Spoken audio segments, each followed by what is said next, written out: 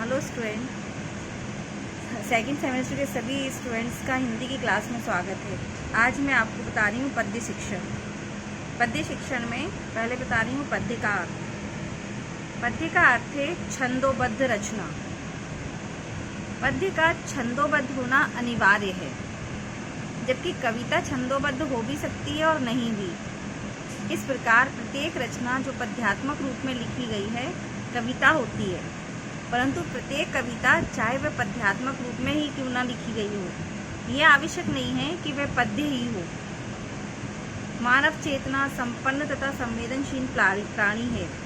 उसका मन अपने शरीर पर पड़ने वाले सुख, दुख, प्रेम, दया, क्रोध एवं आशा से चलायमान रहता है और प्रकृति के प्रतिपल परिवर्तित होने वाले सौम्य, मनोरम एवं विविध रूपों से भी भाव ग्रहण करता चलता है।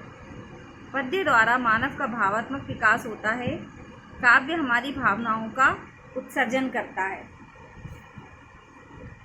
कुछ विद्वान ध्वनि को काव्य की आत्मा मानते हैं, तो कुछ विद्वान काव्य को वक्रोक्ति अर्थात बात को चमत्कारिक ढंग से कहने को, कुछ रीति अर्थात शब्दों के नियमित और संगठित प्रयोग को, कुछ अलंकार अर्थात अर्थ की प्रतीति एवं भावों की अनुभूति में चमत्कार पैदा करने वाली युक्तियों को, और कुछ रस अर्थात किसी भावना की सांद्र अनुभूति की प्रतिक्रिया स्वरूप उदय होने वाली भाव को काव्य की आत्मा मानते हैं। कुछ विद्वान काव्य में औचित्य अर्थात उपरोक्त सभी तत्वों ध्वनि, वक्रोक्ति, रीति, अलंकार और रस आदि के उचित विधान को काव्य का प्राण मानते हैं। हिंदी में पद्य का अपना स्वरूप विकसित हो रहा है। वीरगाथा काल, भक्ति काल, रीति काल और आधुनिक काल के प्रथम चरण तक उसका स्वरूप छंदोबद्ध ही रहा, परंतु उसके बाद कुछ ऐसे कवि हुए जिन्होंने छंदों का बंधन स्वीकार नहीं किया। कुछ तो गद्य काव्य लिखने की ओर प्रवृत्त हुए, लेकिन रस विहीन पद्य की कल्पना आज भी नहीं की जा सकती। यदि वे श्रोता अथवा पाठक के हृदय को स्पर्श कर उसे यथाभाव की सांद्र अनुभूति नहीं कराती, तो फिर उसे कविता नहीं कहा जा सकता है। इसके बाद कुछ परिभाषाएं बता रही हूँ भारतीय विद्वानों के अनुसार। तो सबसे पहले देखिए पंडित रामचंद्र शुक्ल के अनुसार उन्होंने कहा है, पद्य वह साधन है जो शेष सृष्टि के साथ हमारा रागात्मक संबंध स्थापित करती है। फिर है आनंद वर्धनाचार्य के अनुसार, काव्य की आत्मा ध्वनि को माना है।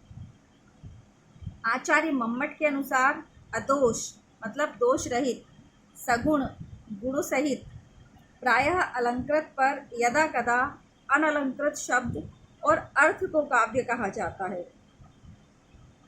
अगले हैं आचार्य कुंतक। इन्होंने वक्रोक्ति को काव्य का प्राण मानते हैं। फिर विदेशी विद्वानों के अनुसार, मिल्टन के अनुसार, कविता सरल, प्रत्यक्ष मूलक और रागात्मक है।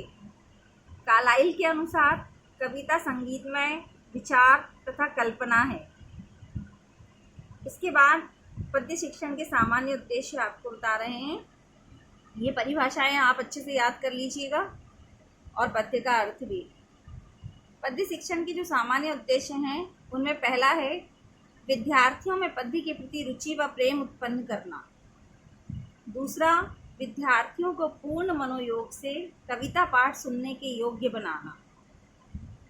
तीसरा है विद्यार्थियों को उचित गति, आरोह, अवरोह और भाव के अनुसार काव्य पाठ करने के योग्य बनाना। चौथा है विद्यार्थियों को काव्य पाठ सुनाकर उसका अर्थ ग्रहण करने व भावानुभूति करने योग्य बनाना।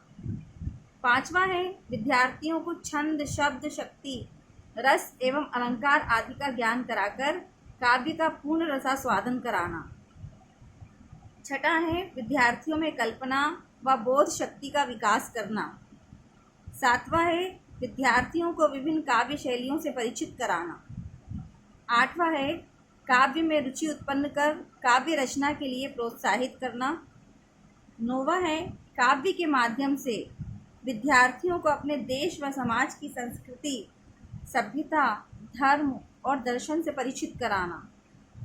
लास्ट है विद्यार्थियों में अपनी सभ्यता, संस्कृति एवं सामाजिक आदर्शों के अनुकूल आचरण करने की प्रवृत्ति का विकास करना। तो ये था आपका पद्य शिक्षण।